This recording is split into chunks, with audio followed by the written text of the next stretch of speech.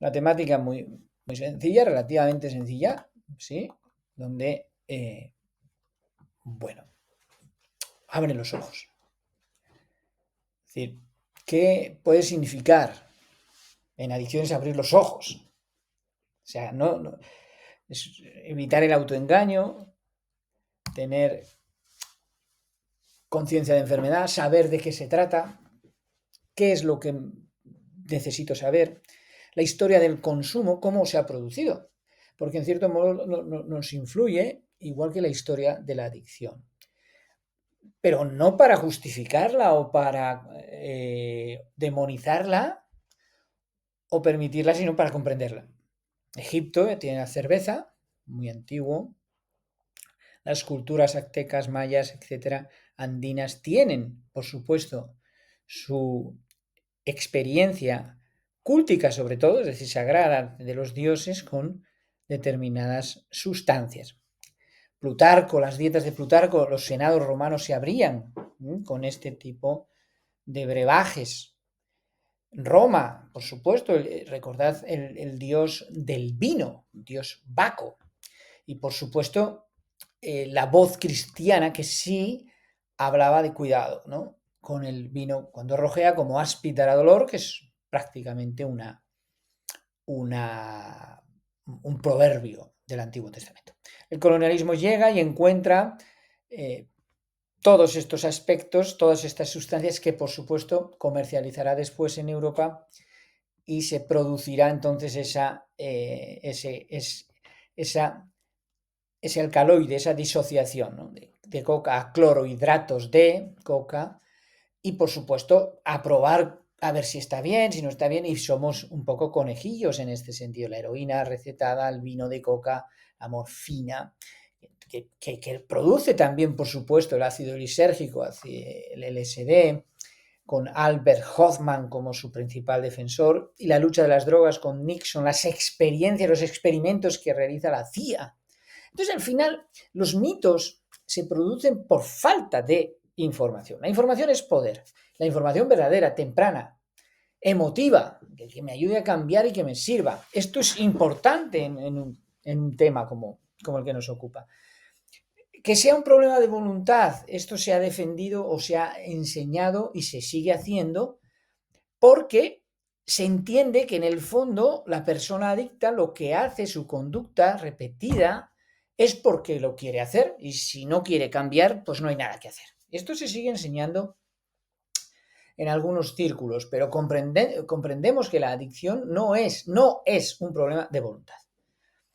Por supuesto, hemos dicho muchas veces que si se quiere, se saldrá adelante. Y que bueno, es una frase muy ambigua y tiene sentido en cuanto al ser humano es un ser creado con resiliencia, con fuerza de voluntad en muchos aspectos y determinación, pues se ha mezclado un poquito con el aspecto de la adicción, produciendo a veces una decepción, porque muchos, prácticamente por no decir todos, nadie quiere ser adicto, pues se encuentran con esta dificultad. Oye, que yo sí que tengo fuerza de voluntad y no puedo conseguirlo. Válgase, por ejemplo, el caso del tabaco, ¿no? ¿Cuánta gente desea, quiere, pone de su parte, tiene esfuerzo y algunos lo conseguirán? Pero lo normal es que la adicción se abra camino de otra forma y que no se pueda pelear o que la mejor manera no sea pelear apretando los dientes. Mitos como que la heroína es peor que otras drogas, es decir, la estigmatización que han tenido algunas sustancias. La heroína, heroína, heroína. Sin embargo, cuando llegó la cocaína es bastante adictiva. Bueno, la historia de la adicción, ¿qué sabemos sobre la adicción? Cómo se produce a través de las tomografías, ¿vale? Es decir, fotografiar no el corazón, que ya lo hacíamos, sino el cerebro, qué zonas quedan afectadas, qué consumo de glucosa se produce, cómo cambia el metabolismo, la fisiología, finalmente, del cerebro del sujeto, más que su propia debilidad, ¿no? Es que no sabes manejar esta situación porque eres vulnerable, débil. Es que el cerebro, el proceso de funcionamiento cerebral del sistema límbico de gratificación de información ha quedado modificado, digo de una manera. No es tanto la debilidad del sujeto, y eso lo vemos en la imagenología tomográfica. A partir de Nora Volkow y sus estudios. Esto es ciencia, pero no es relativamente reciente. Así podemos saber que hay sustancias que interactúan de una manera u otra en el uso lúdico o en el uso adictivo, no en el uso, digamos, controlado. La ilusión por controlar todo esto y la realidad ante una enfermedad o un desajuste tan grave, o por lo menos nos lo parece así, uno de los elementos es este, ¿no? Al final lo conseguiré, tendré el control sobre esta situación, no puede ser que esto me esté pasando a mí, no puede ser que yo gaste toda una fortuna en una sola apuesta, pero ¿cómo es posible? Porque tenías esa ilusión por controlar. Realmente no descansa nunca nuestro cerebro, son 2,5 millones de almacenamiento, ¿vale? 2.500 en gigabytes, es decir, equivalente a la velocidad de un procesador, bueno, de un iPhone, y con todas sus mejoras de cerebro, no acabamos nunca de aprender sobre él. Vicio o enfermedad. Finalmente, consumir no te convierte en adicto, aunque no llegarás a la adicción si esa sustancia sin que hayas consumido, evidentemente. Y hay unos riesgos adictivos que están ahí, a mí nunca me pasará nada. Puedo programar, no obstante, si se da el caso, la situación ha llegado a la enfermedad, es programable, funciona mediante programas de almacenamiento y de memoria en nuestro cerebro, constantemente a través de conexiones de hábitos. Por eso son tan importantes las emociones en el sentido de la conexión con el pensamiento, que es la raíz, el tronco de nuestra vida. Como piensas, así te sientes. Y es importante esos eventos emocionales que nos marcan en la vida, positivos y negativos. La educación es fundamental, la frecuencia con la que se consume, ¿no? O consumidores que ya sabemos, ocasionales, habituales, permanentes. Bueno, la vulnerabilidad del sujeto, sobre todo buenas personas tienen cierta vulnerabilidad ante una situación que no saben manejar, y una genética también tiene su importancia. Por lo tanto, los estigmas deben ser eliminados y debemos entender esto a la hora de la culpabilidad, si sentimos culpables o no. 21 días se pone como eslogan publicitario, pero más o menos, ¿no? Donde el cerebro comienza a tener hábitos de recuperación efectiva o hábitos de adicción constante. Bueno, un ejemplo entonces lo podemos ver, un ejemplo de esta dificultad de la adicción lo podemos ver en el tabaco. Es una droga legal, pero más mortal que todas las drogas ilegales juntas, más mortal. Entonces el tabaco es una adicción donde se enfrentan muchas dificultades. La mayor parte de las personas no quieren fumar y la mayor parte de las personas lo desearían dejarlo y creen que es difícil o no pueden. 7 de cada 10 fumadores han intentado dejar el tabaco al menos una vez. Al médico acude poca gente. Se intenta, normalmente no es a la primera, algunos casos sí, pero normalmente hay una media de 4 veces antes de conseguirlo. La salud, la calidad de vida, primer motivo para dejar de fumar, que manifiestan los propios sujetos. Es ¿por qué quieres dejar de fumar? Porque quiero una calidad de vida. Y además, bueno, un 10% no sabe muy bien dónde acudir o a qué lugar acudir a ayuda. Esto lo tenéis en la academia totalmente de forma gratuita. Los niveles de adicción a través de encuestas no las vamos a leer, pero según se responda, pues hay un nivel de adicción más alto, si se fuma al principio, si se fuma de forma compulsiva, cuántos cigarrillos, qué distancia entre un cigarrillo y otro. Esto es importante. Por supuesto, son señales de abuso o señales de adicción, no es el sujeto. Siempre, ¿vale? Qué desastre, qué vergüenza. Bueno, pues hay que tener ciertas bases para sentir seguridad. Porque la verdad en la adicción es que no decide el sujeto siempre. Tú decides qué cosas puedes decidir, qué aspectos puedes decidir de tu lucha, de tu recuperación, qué aspectos no. ¿Qué excusas te has llegado a creer durante mucho tiempo? Lo he intentado muchas veces. Entonces ya no lo intento más porque la indefensión aprendida total no me va a salir bien. Esto pasa también en la hipersexualidad, en la pornografía. Lo he intentado muchas veces, al final no lo voy a conseguir. Me gustaría dejarlo, pero no encuentro el momento. Es que ahora no, ¿eh? Ahora no, porque estoy en un trámite de separación, porque tengo una dificultad económica, bueno. O bien excusas que nos decimos, ¿no? Fumaré menos esta vez, trataré de controlarlo. Pero ahí tenéis ejercicios, una hoja de trabajo, situaciones de riesgo, alternativas que hay previstas para qué haremos, ¿no? En esa situación cuando ocurra, cómo nos relajaremos, porque la nicotina es un psicoestimulante, no es un depresor ni es un opiáceo, no calma nada, ¿no? Fumamos que decimos para calmarnos, pero no es realmente así. Y hay un manejo de las emociones y medio importante en todas las adicciones y en esta también, ¿no? Tengo miedo a un cáncer, tengo miedo a que no pueda desarrollarlo. Mi recuperación, la tarea individual de cada uno con los registros de cada semana. Esto es muy importante para entender los mensajes equivocados que nos llegan a decir con buena intención o por ignorancia, pero que nosotros también nos decimos equivocadamente. Y obviamente al cambiar el pensamiento vamos a obtener beneficios, ¿no? Ahora es una situación, no se trata de una situación muy difícil, imaginemos. No se trata de pensar de forma irracional, positiva porque sí, el pensamiento positivo. Vamos a pensar en positivo porque sí. No, si es una situación difícil, es una situación difícil.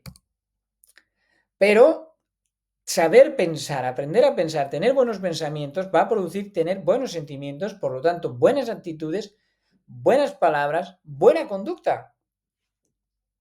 Porque al final, la adicción siempre traiciona, miente y manipula, siempre. No le pongamos adjetivos, pero es que es así. Nos traicionará. Porque no es adicto quien quiere, sino quien puede. Es decir, que se han dado una serie de condiciones para que yo llegue a ser adicto. Imaginemos que ser adicto es algo maravilloso. Imaginemos. Pues yo quiero ser adicto ya, pero tú no cumples los requisitos. No, pues voy a consumir 1000 veces más que el otro, porque quiero ser adicto. No. No depende de ti. Hay una serie de factores que van a interactuar. No se cortocircuitan unos, interactúan todos, ¡boom! Y llega la adicción. La meditación, la reflexión, aprender a relajarnos es sano en una lucha, porque va a ser una lucha tensa, emocional, difícil, donde tenemos que identificar los límites y los miedos, por supuesto, que tengamos las situaciones de ansiedad, si se van a producir, por supuesto, porque es una sustancia que utilizamos un hábito diario muy repetido. El hecho de encenderlo, apagarlo, comprarlo, es muy repetido. Y por lo tanto, esa idea del consumo controlado nos va a abocar a una serie de lo que llamamos los gritos del silencio. Al final, todo es una gran mentira. En el fondo, quieres dejar de fumar y no puedes. En el Evangelio de Juan encontramos esta historia. Abre los ojos. Realmente es aquel ciego de nacimiento. En ese evento escatológico donde Jesús realmente recupera a un hombre para que vea, ¿no? Y esto lo ilustramos para que nosotros también veamos qué es la adicción. Por cuanto desechó este pueblo las aguas de Siloé, dice el profeta Isaías, abre los ojos. Este pueblo no reconoció la recuperación de un hombre. Pero sí Jesús. Nadie es tan esclavo como aquel que se cree libre sin serlo. La adicción es una esclavitud. Si pensamos que lo dejaré cuando quiera, si no es así, que es en el fondo mala información de los gobiernos para asustarnos, manipularnos, bueno, nadie es tan esclavo como aquel que se crea libre sin serlo, y verdaderamente cuando se padece una adicción no se es verdaderamente libre. Y nunca seremos libres del todo mientras no lo seamos todos. Es decir, la adicción no es un asunto de que a mí yo voy a plantear cómo me ha ido a mí para que te vaya a ti así. No. De hecho, es tu propia experiencia. Y todos tenemos que pasar por la recuperación. No todos lo van a conseguir. No todos lo van a conseguir. Aceptar pues nuestra realidad, aceptar como solución a Jesús y lo que Él ha hecho en Juan 9 como ejemplo. Ya sé que está muy tergiversada la historia religiosa por los hombres, ya sé que está casi prohibida en algunos foros, pero es importante, aunque solo lo creas como una historia psicológica o como una historia médica. Lo que Jesús hace es devolver la vista a un joven ciego, a pesar de los rechazos de las religiones, de los sistemas opresores, da una vivencia, una libertad del propio milagro. Porque ante la falta de higiene del momento, ante el índice de mendicidad del momento, el momento que relatamos en Juan 9, el complot de los falsos maestros, los falsos mensajes, Jesús, que también forma parte de este falso mensaje que es espiado, y se utilizan ese tipo de excusas, el día del sábado, y por eso lo has curado en sábado y nosotros te vamos a rechazar, di que es Moisés nuestro líder, es decir, un conflicto que en aquella época es importante porque la religión lo es todo en aquella época, no hay separación de poderes como hoy, bueno, cada vez hoy en algunos países menos, pero en aquel momento el poder civil y el poder religioso eran uno. Por eso todas las historias del siglo I pasan por la religión y por eso es importante. Hoy no es así, pero sigue existiendo el mismo formato, el mismo modelo y el mismo fondo. La sociedad nos ha esclavizado fumando. Han aparecido los cigarros en las películas, en las novelas. Ahora decimos no, pasa ahora con el juego, vamos a quitar la publicidad del juego cuando ya hay un problema de adicción. ¿Jesús desaparece de escena? No, no desaparece de escena porque Jesús es también espíritu, es verdad y es espíritu, pero ya no es aquel hombre de las sandalias del siglo I, porque vivimos un momento de enfriamiento de estas cosas, de los aspectos religiosos. ¿Por qué? Pues porque no nos han servido para ayudarnos. Y ahí tenéis el relato, ¿no? Jesús vio a un hombre ciego de nacimiento. Es curioso la contradicción. Jesús ve a alguien que no ve. Y sus discípulos le preguntan, oye, ¿quién pecó de sus padres? Que es lo mismo que decir hoy, oye, ¿quién tiene la culpa de que este joven juegue y pierda el dinero? ¿Quién tiene la culpa de su adicción? Sus amigos, sus amistades. Es lo mismo, ¿veis? Hoy suena distinto si lo decimos así. Pero es lo mismo. Oye, ¿quién tiene la culpa de lo que le ha pasado para que haya nacido ciego, para que haya enfermado, para que tenga adicción? Y Jesús le responde, mira, déjame en paz de estas cosas, ahora lo que interesa es curarlo. Ni este ni sus padres, vamos a manifestar las obras de Dios. Es decir, hoy, traducido al mensaje de hoy, es vamos a demostrar que se puede salir adelante. No usamos a Dios, pero sí usamos a Dios. La forma en la que las personas adictas salen adelante son formas que están en la Escritura. Maneras, formatos, ideas y principios que están ahí. Y dicho esto, escupió en tierra, hizo lodo con la saliva para conectar el Antiguo Testamento, para que se vea, ve y lávate. En este caso lo hace Jesús así. En otros casos no hará falta ni siquiera la presencia física. Por eso en la adicción vamos a encontrar a veces que métodos que han servido a ciertas familias no sirven a otras. Y traducido, si lo he enviado, ¿no? Y regresó viendo, vea, lávate al estanque, y regresó viendo. Entonces llevaron en el día de reposo a los fariseos, a la sociedad, al que había sido ciego, para preguntarle, oye, ¿cómo lo has conseguido? Pues no lo sé, pero lo he conseguido porque he sido obediente a un tratamiento en el que a lo mejor no creía. El hombre no procede de Dios porque no guarda el sábado, va a decir la sociedad, no, tú no lo has hecho bien, tú tienes que hacerlo de esta manera, de esta manera, de esta manera, y gastas dinero, porque es de esta manera, de esta manera, de esta manera, y se trafica se trafica algunos con elementos, digamos, con la miseria de otros, pero no es así, y entre ellos discutían. Claro, los judíos no creían en su milagro, esto pasa a veces, ¿no? Una vez recuperado realmente te encuentras con ese estigma social hoy. Bueno, si eres adicto, y curiosamente en el mundo religioso de hoy, si alguien ha pasado por adicciones, todavía es peor. Hay más miedo, más estigma, más dificultad para aceptar a este tipo de personas en el campo pastoral, por ejemplo. No. Tenemos que elegir personas que no tengan pasados así. Pero esto no es lo que dice el texto. Bueno, o sea, esto no es lo que dice Jesús, pero sí es lo que relata el texto. Oye, no. Tú eres un pecador, tú no nos vas a enseñar a nosotros, tú has sido ciego, tú has sido adicto y por lo tanto ni recuperado. Son capaces de ver realmente el milagro a aquel hombre, ¿no? Da gloria a Dios. Y este hombre simplemente lo que dice es: yo era un adicto y ahora veo, y ahora lo entiendo, y ahora recibo el milagro. No debemos frivolizar y decir: bueno, es que esto ha caído del cielo. No, él ha tenido que ir, lavarse, creer o probar, esforzarse, y sobre todo cuando le expulsan ahora de la sociedad. Recordad que no hay separación de poderes, le expulsan de la sociedad, esto es muy triste.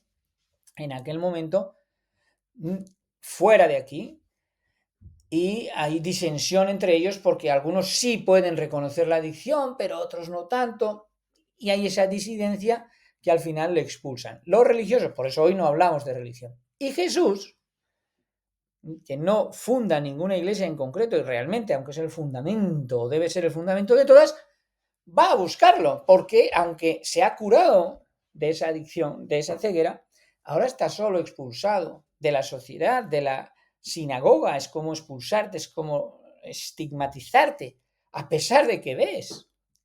Y aprovecha a Jesús para que entienda, y entendamos todos, 2000 años después, que realmente en Jesús está o puede estar, ¿vale? O que en Jesús hay una respuesta, a pesar de haberse manchado su nombre. Y esto lo ha hecho la religión de aquel momento, los religiosos de aquel momento, y no sé si hoy lo hacemos así, pero Jesús les dice: mira, vosotros sí que sois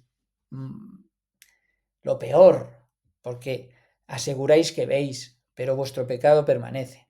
Y si fuerais realmente humilde, aceptando la enfermedad, aceptando la situación que no vemos, que es real, nadie ve más allá de sus narices en el fondo, no tendríais pecado. He venido para ayudar a las personas con adicción. Los que confían en sus fuerzas son vencidos fácilmente. Es decir, por eso decíamos, cuidado con la fuerza de voluntad, que es muy importante, pero cuidado con apoyarse, depender de ella. En Apocalipsis hay este consejo hacia el orgulloso espiritual. Tú dices: eres rico, te va muy bien, no necesitas de nada, pero en el fondo eres pobre, ciego, desdichado, miserable, desnudo. Te aconsejo que compres de mí, le dice Jesús. Apocalipsis es Jesús. Lo que de veras te hará rico. Lo que yo te doy es de mucho valor, como el oro que se refina al fuego y las gotas medicinales para tus ojos, el colirio. Solo así podrás ver, Apocalipsis. Es decir, yo voy a ayudarte, pero ten conciencia de enfermedad. Sé humilde. Es una situación grave que hemos adquirido. No es momento de decir de quién es la culpa, es momento de actuar. Y te aconsejo que seas humilde, ¿vale? Que seas humilde, que no te fíes de nadie, de nada, no dependas de la opinión de los demás. La relación de permanencia diaria con Dios conduce a una entrega constante. Esta función, esta nueva vida, esta nueva perspectiva nos va a servir, nos va a ayudar a comprender mejor la adicción. Dios nunca se separará de nosotros. Nosotros podemos elegir separarnos de Él, y por lo tanto, por ahí puede tener una debilidad que en nuestra situación de vulnerabilidad se puede producir. Dios ha prometido realizar cambios emocionantes en nuestra manera de pensar. Claro. ¿Para qué? Para obedecer genuinamente, en lugar de producir únicamente una conformidad externa. La adicción no se supera solamente con la apariencia externa. Ha prometido colocar sentimientos, pensamientos, propósitos en armonía con su voluntad. Es decir, un proyecto nuevo donde no competimos con la adicción, estamos en otra cosa, como quien dice, ¿no? Ahora estoy en otra cosa. Porque Dios ha comprendido nuestros sentimientos.